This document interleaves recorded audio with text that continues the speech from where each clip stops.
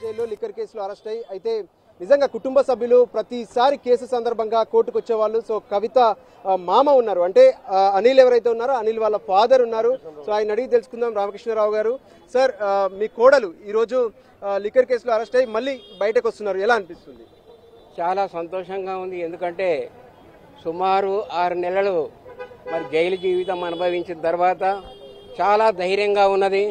వారు మాట్లాడడంలో కానీ ఫోన్ ద్వారా కానీ జైలుకు పోయినప్పుడు కానీ మాకే ధైర్యం చెప్పడం జరిగింది. నేను ఎటువంటి పొరపాటు చేయలేదు, కడిగిన ముత్యంలో బయటకు వస్తా, ఇవన్నీ కష్టాలనేటి తాత్కాలికం కాబట్టి ఎవరు బెదరద్దు, ఎవరు చెదరద్దు, కాబట్టి న్యాయం ఎప్పటికన్నా గెలుస్తుంది. కాబట్టి న్యాయ పోరాటంలో ధర్మ పోరాటంలో ఆలస్యమవుతుంది కానీ న్యాయం ఎప్పటికైనా జయిస్తుంది. కాబట్టి వారికి ఈ రోజున చాలామంది తెలంగాణ యావత్తు ఆడపడుచులు కానీ సోదరులు కానీ సోదరిమణులు కానీ చాలామందికి వారు సేవా కార్యక్రమాలు చేయడం జరిగింది.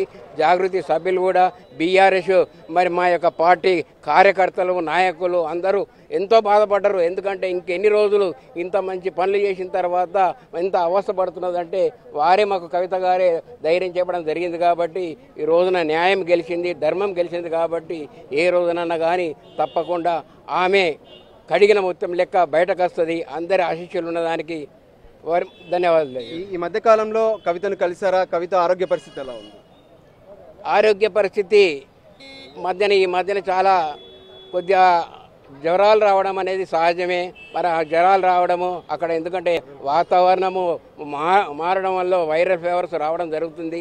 అయినా కానీ 10 కిలోలు తగ్గినా కానీ ఎక్కడ చెదరకుండా బెదరకుండా కలిసిన వాళ్ళందరికీ తానే ధైర్యం చెప్పడం జరిగింది. కాబట్టి తాను చాలా ధైర్యవంతురాలు. కాబట్టి తప్పకుండా 10 మందికి సాయం చేద్దామన్న ఆలోచన ఉన్న వ్యక్తి. కాబట్టి ఈ యొక్క ఆడపడుచులు అన్నదమ్ముల యొక్క ఆశీస్సులు తనకు ఉన్నాయి. కాబట్టి ఈ రోజున న్యాయం గెలిచిందనే భావిస్తున్నాను. సార్ ఈరోజు విడుదలకు మీరు ఏర్పాట్లు చేసుకుంటున్నారా?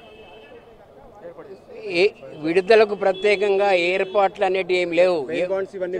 అవన్నిటికీ కొరకే ఇప్పుడే కేటీఆర్ గారు హరీష్ రావు గారు అడ్వకేట్లు పోవడం జరిగింది. రౌజ్ అవన్నీ కోర్టుకు పోయి మరి సబ్మిట్ చేయాలా. సబ్మిట్ చేసిన తర్వాత అక్కడ నుంచి బెయిల్ పత్రాలు తీసుకొని తీఆర్ జైలుకు పోవాలా. ఇదంతా ఒక 2-3 గంటల తంతాంగం ఉంటుంది. కాబట్టి ఈ రోజు పూర్తి అవుతుందని మేము భావిస్తున్నాము.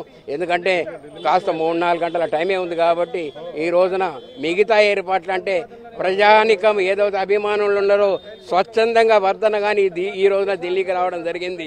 ఎవరు వారిని తీసుకురావడానికి ఎటువంటి ఏర్పాట్లు లేవు. కాబట్టి వారి అభిమానమే ఈరోజు కాపాడింది. కాబట్టి ఈ రోజున ఏర్పాట్లన్నీ జరుగుతున్నాయి. రైట్, ఇది మొత్తానికి కవిత విడుదల కోసం ఇప్పటికే ట్రయల్ కోర్టు అయినటువంటి రౌజ్ అవెన్యూ కోర్టుకు కవిత తరపు న్యాయవాదులందరూ కూడా వెళ్లారు. సో అక్కడ ప్రత్యేకంగా ఏదైతే సుప్రీంకోర్టు ఇచ్చినటువంటి ఆర్డర్స్ చూపించి అక్కడ నుంచి బెయిల్ ఆర్డర్ తీసుకొని మళ్ళీ తిహార్ జైలుకు వెళ్ళనున్నారు. కెమెరా పర్సన్ సంజీవ్తో కలిసి రాజు, ఎన్టీవీ.